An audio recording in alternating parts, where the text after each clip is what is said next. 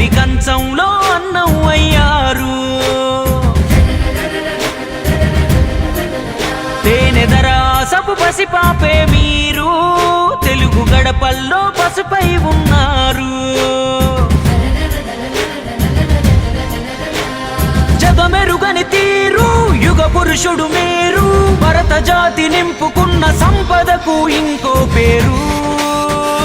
ఎన్టీఆర్, ఓ ఎన్టీఆర్, ప్రతి ఇంటిలోన ఒంటిలోన భాగమయ్యారు.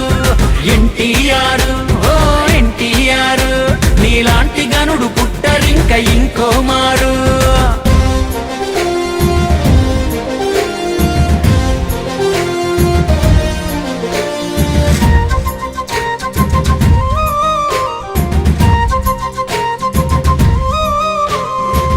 నిమ్మకూరు గ్రామాన నందమూరి ఇంటిలోన లక్ష్మయ్యకు పుట్టిన రాముడు నువ్వు, మా రాముడు నువ్వు. వెంకటరామమ్మ గర్భమనే ఆలయాన మనిషిగా జన్మించిన దేవుడు నువ్వు, కలియుగ దేవుడు నువ్వు.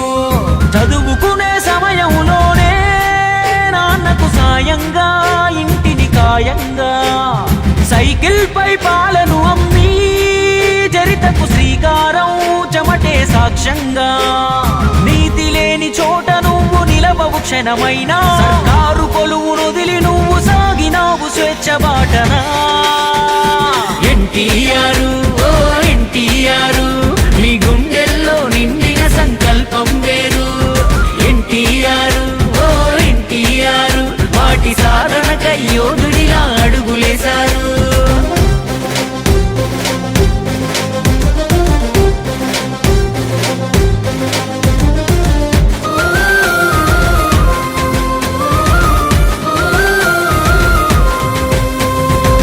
మద్రాసు నగరాన నిద్రారాలు మాని శ్రమించి రంగుల తెరకింగయ్యారు, అదనపు అంగయ్యారు.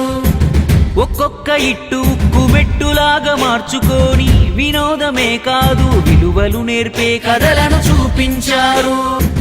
రాజుకు ప్రతిరూపం కృష్ణదేవరాయలోరు, కాల జ్ఞానాన్నే బోధించిన బ్రహ్మంగారు.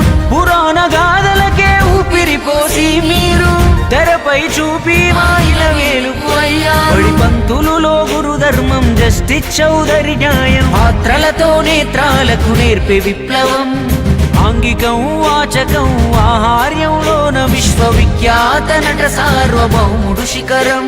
అటు నటనా ఇటు నిర్మాణాలు, పైగా దర్శకత్వం కరుగే నిరంతరం. సాంఘికాలు జానపదాలు, చరిత్ర పౌరాణికం, చెరగని రామశకం. బసవరామ తారకమే నీనుదుటన తిలకము, ఆ తల్లి సల్లని కడుపు ఇచ్చే సంతానము.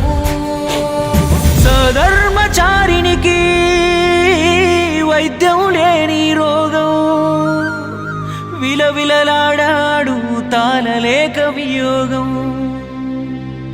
అందుకే నిర్మించను క్యాన్సర్ రోగుల కోసం బసవ తారకమ్మ పేర వైద్యాలయం.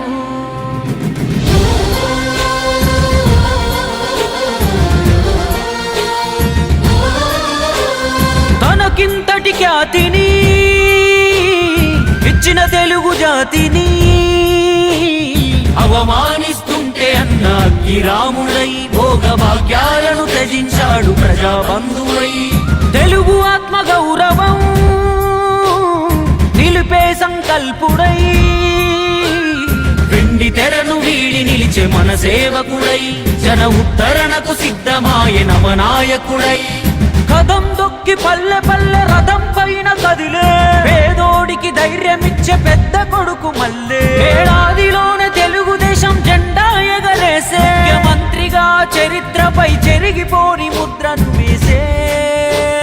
పేదోడికి కూడుగూడు, మహిళలకు ఆస్తి హక్కు, సామాన్యులను కూడా పంపినాడు చట్టసభకు. రాచరికపు తీరునే రద్దు చేసి తీరేగా సంస్కారం, సంస్కరణ, సంక్షేమాల సర్కార్.